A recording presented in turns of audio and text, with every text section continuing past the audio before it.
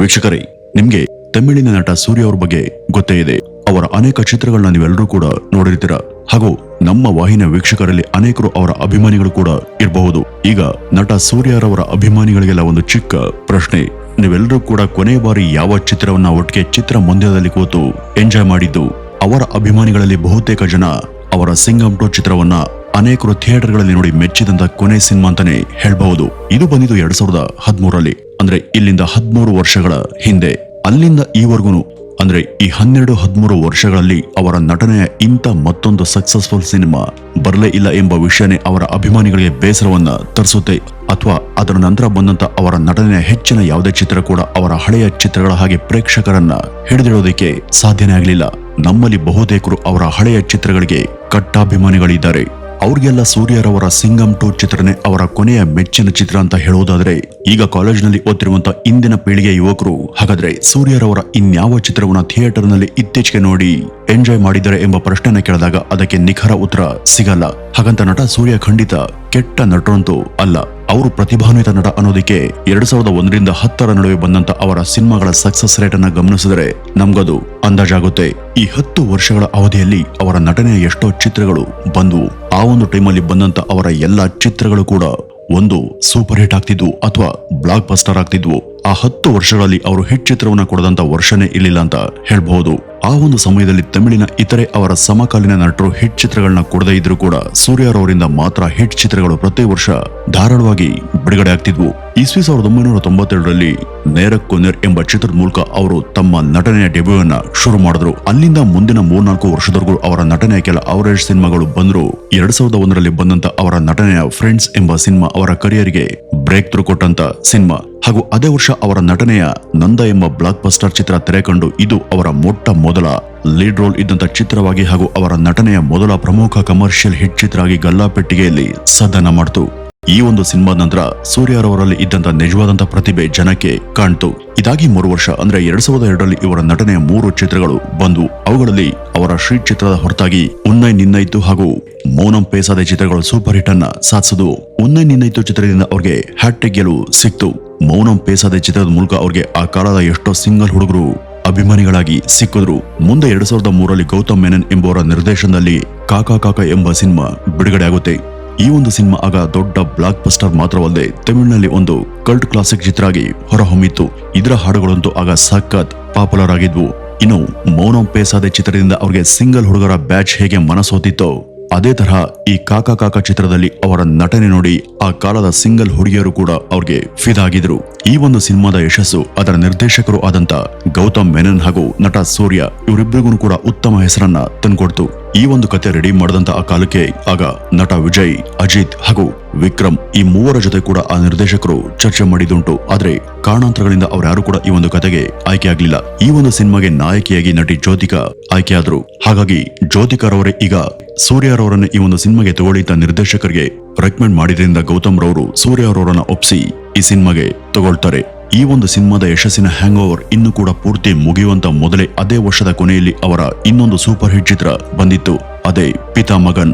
ಇದರಲ್ಲಿ ಅವರ character complete ಆಗಿ ವಿಭಿನ್ನವಾಗಿದ್ದು ಈವರೆಗೂ ಅವರು ಮಾಡದೇ ಇದ್ದಂತ ಪಾತ್ರದಲ್ಲಿ ಇಲ್ಲಿ ಸೂರ್ಯ ಕಾಣಿಸ್ಕೊಂಡಿದ್ರು. ಇನ್ನು ಇದರ ನಂತರ ಅವರ ಲುಕ್, ಮ್ಯಾನರಿಸಂಗಳು ಮಾತ್ರವಲ್ಲದೆ ಡಬಲ್ ರೋಲ್ ನಲ್ಲಿ ಅವರು ನಟಿಸಿದಂತ ಸಿನಿಮಾನೇ ಪೇರಳಗನ್. ಇದು ಮೂಲ ಮಲಯಾಳಂನ ರೀಮೇಕ್ ಚಿತ್ರ ಆಗಿದ್ರು ಕೂಡ ಸೂರ್ಯರವರ ಸ್ವಂತ ನಟನೆಯಿಂದಾಗಿ ಇದು ಕೂಡ ಅಲ್ಲಿ ಸೂಪರ್ ಹಿಟ್ ಲಿಸ್ಟ್ ಅನ್ನ ಸೇರ್ಕೊಳ್ಳುತ್ತೆ. ಈ ರೀತಿ ಒಂದರ ಮೇಲೊಂದರ ಹಾಗೆ ಹಿಟ್ ಸಿನಿಮಾಗಳನ್ನೇ ಕೊಡ್ತಾ ಇದ್ದಂತ ಸೂರ್ಯ ಅವರು ಆ ಒಂದು ಸಮಯದಲ್ಲಿ ನಿರ್ದೇಶಕರಾದಂತ ಮಣಿರತ್ನಂ ಜೊತೆ ಸೇರಿ ಆಯ್ದ ಎಳತ್ತು ಚಿತ್ರದಲ್ಲಿ ನಟಿಸ್ತಾರೆ. ಈ ಒಂದು ಚಿತ್ರದ ಅವರ ಮೈಕಲ್ ಎಂಬ ಪಾತ್ರ ಆಗ ಸಖತ್ ಸಂಚಲನವನ್ನೇ ಸೃಷ್ಟಿ ಮಾಡಿತು.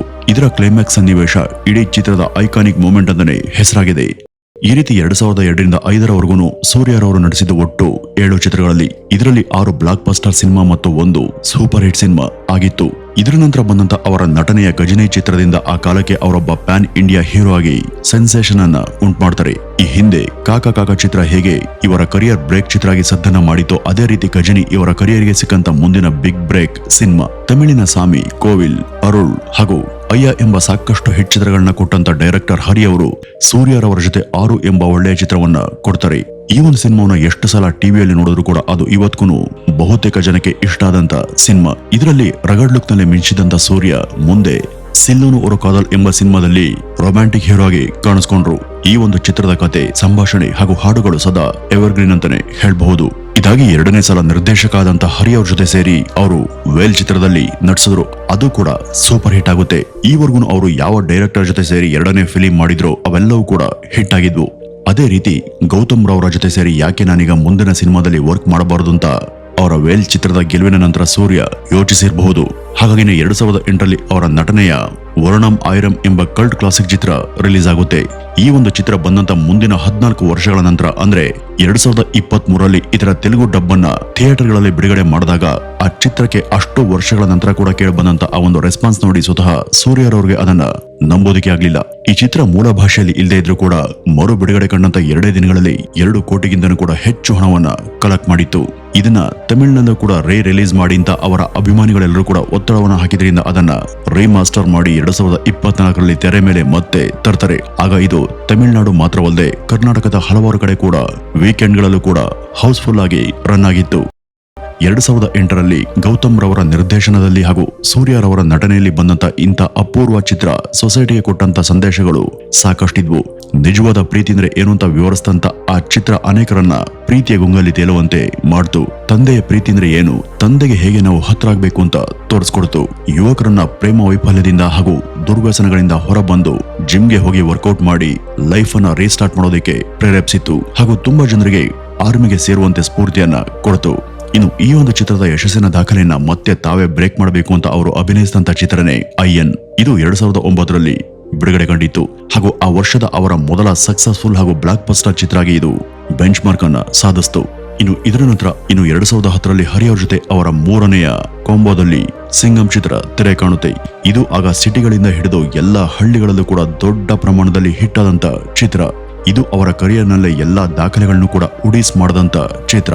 ವೀಕ್ಷಕರೇ, ಈ ಒಂದು ಸಿನಿಮಾದವರೆಗೂ ಅವರ ಎಲ್ಲಾ ಚಿತ್ರಗಳು ಕೂಡ ದಾಖಲೆಗಳ ಸರಣಿಯನ್ನ ಸಾಧಿಸ್ತಾ ಹೋದ್ವು.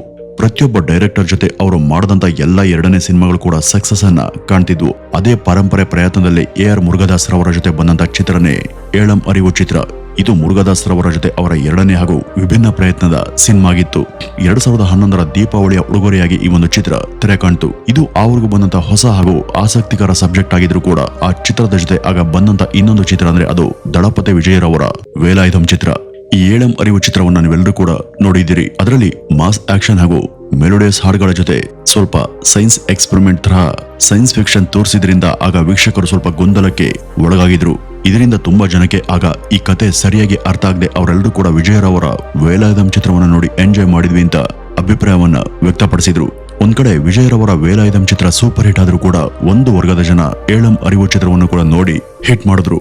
ಇದಾಗಿ KV ಆನಂದ್ ರವರ ಜೊತೆ ಅವರ ಇನ್ನೊಂದು ಪ್ರಾಜೆಕ್ಟ್ ಬರುತ್ತೆ, ಅದೇ ಮಾಟ್ರನ್. 2011ರಲ್ಲಿ ಬಂದಂತ ಅವರ 7th ಸೆನ್ಸ್ ಚಿತ್ರದಲ್ಲಿ ಅಲ್ಲಲ್ಲಿ ತುರ್ಕಿದಂತ ಸೈನ್ಸ್ ಫಿಕ್ಷನ್ ಕಂಟೆಂಟ್ ಆಗ ಅನೇಕರಿಗೆ ಕನ್ಫ್ಯೂಷನ್ ಅನ್ನ ಉಂಟು ಮಾಡಿ ಆ ಚಿತ್ರದ ಹ್ಯೂಜ್ ಸಕ್ಸಸ್ಗೆ ತಡೆಯನ್ನ ಉಂಟು ಮಾಡಿತು. ಅದೇ ರೀತಿ ಮಾಟ್ರನ್ ನಲ್ಲಿ ಇಡೀ ಸೈನ್ಸ್ ಬುಕ್ ನ ವಿವರಣೆಯನ್ನೇ ಪ್ರೇಕ್ಷಕರ ಮುಂದೆ ಇಟ್ಟಿದ್ರಿಂದ ಕತೆ ಯೂನಿಕ್ ಆಗಿದ್ರು ಕೂಡ ಅದು ಜನಕ್ಕೆ ಅಷ್ಟು ಕನೆಕ್ಟ್ ಆಗ್ಲಿಲ್ಲ. ಇದರಿಂದಾಗಿ ಇನ್ನು ಈ ತರದ ಸೈನ್ಸ್ ಕಥೆಗಳು ನನಗೂ ಆಗ್ಬರಲ್ಲ, ಇವುಗಳ ಕಥೆನೇ ಬೇಡ ಅಂತ ಯೋಚಿಸಿದಂತ ಸೂರ್ಯ ಅವರು ಎಂದಿನಂತೆ ತಮ್ಮ ಮಾಮೂಲ್ ಸ್ಟೈಲ್ಗೆ ಹಿಂದಿರುಗ್ತಾರೆ. 2013ರಲ್ಲಿ ಸಿಂಗಂ 2 ಚಿತ್ರದಲ್ಲಿ ದೊರೆ ಸಿಂಗಂ ಆಗಿ ಅವರು ತೆರೆ ಮೇಲೆ ಮತ್ತೊಮ್ಮೆ ಅಬ್ಬರಿಸ್ತಾರೆ. ಇದು ಕೂಡ ಅವರ ಹಳೆಯ ದಾಖಲೆಗಳನ್ನ ಮತ್ತೊಮ್ಮೆ ಸರಿಗಟ್ಟಿ ಹೊಸ ದಾಖಲೆಯನ್ನ ಸೃಷ್ಟಿ ಮಾಡುತ್ತೆ. ಆದರೆ ಇದರ ನಂತರ ಅವರ ಕರಿಯರ್ನ ಯಶಸ್ಸಿಗೆ ಒಂದು ಮುಕ್ತಾಯದ ಹಂತ ಎದುರಾಗುತ್ತೆ. 2014ರ ನಂತರ ಅವರ ಅಂಜಾನ್, ಮಾಸ್, 24 ಎಂಬ ಈ 3 ಚಿತ್ರಗಳು ಕೂಡ ಅವರಿಗೆ ಯಾವುದೇ ಹೆಚ್ಚಿನ ಯಶಸ್ಸನ್ನ ತರಲಿಲ್ಲ. ಈ ನಡುವೆ ಬಂದಂತ ಪಸಂಗ 2 ಚಿತ್ರ ಅದೊಂದು ಮಾತ್ರ ತಕ್ಕ ಮಟ್ಟಿಗೆ ಒಳ್ಳೆ ಎಂಟರ್ಟೈನರ್ ಆಗಿ ಹೆಸರು ಮಾಡ್ತು. ಇದರ ನಂತರ ಮತ್ತೆ ಸಿಂಗಂ 3 ಚಿತ್ರದ ಮೂಲಕ ಅವರು ಮಾಸ್ ಎಂಟ್ರಿನ ಕೊಟ್ರು. ಇದು ಕೂಡ ಅವರಿಗೆ ಕೈ ಕೊಡ್ತು. ಅವರ ಸಿಂಗಂ 1 ಮತ್ತು 2 ತರಹ ಈ ಒಂದು ಸಿನಿಮಾ ಅವುಗಳ ರೇಂಜ್ಗೆ ಇರ್ಲಿಲ್ಲ ಅನ್ನೋದು ಅದನ್ನ ನೋಡದಂತ ಪ್ರೇಕ್ಷಕರ ಅಭಿಪ್ರಾಯ ಆಗಿತ್ತು. ಈ ರೀತಿ ಏನೇ ಹೊಸ ಪ್ರಯತ್ನ ಮಾಡಿದ್ರೂ ಕೂಡ ಆಗ ಯಾವುದು ಅವ್ರಿಗೆ ವರ್ಕೌಟ್ ಆಗ್ಲಿಲ್ಲ. ಮುಂದೆ ಬಹಳ ವರ್ಷ ಯಾವುದೇ ಸಿನಿಮಾ ಮಾಡದೆ ಸುಮ್ಮನೆ ಇದ್ದಂತ ಡೈರೆಕ್ಟರ್ ಸೆಲ್ವರಾಗನ್ ಜೊತೆ ಅವರ ಒಂದು ಚಿತ್ರ ಅನೌನ್ಸ್ ಆಯ್ತು. ಅದೇ ನಂದ ಗೋಪಾಲನ್ ಕುಮಾರನ್ ಸಿನಿಮಾ. ಈ ಒಂದು ಸಿನಿಮಾ ಕೂಡ ಜನಕ್ಕೆ ಇಷ್ಟ ಆಗ್ಲಿಲ್ಲ. ಇನ್ನು 2020ರ ಕೋವಿಡ್ ಸಮಯದಲ್ಲಿ ಸೂರ್ಯ ಒಂದು ತಪ್ಪಾದ ನಿರ್ಧಾರವನ್ನ ತಗೊಳ್ತಾರೆ. ಅವರ ಸೂರರೆ ಪೊಟ್ರು ಮತ್ತು ಜೈ ಭೀಮ್ ಚಿತ್ರಗಳನ್ನ ಅವರು OTTಯಲ್ಲಿ ಬಿಡುಗಡೆ ಮಾಡಿಸ್ತಾರೆ.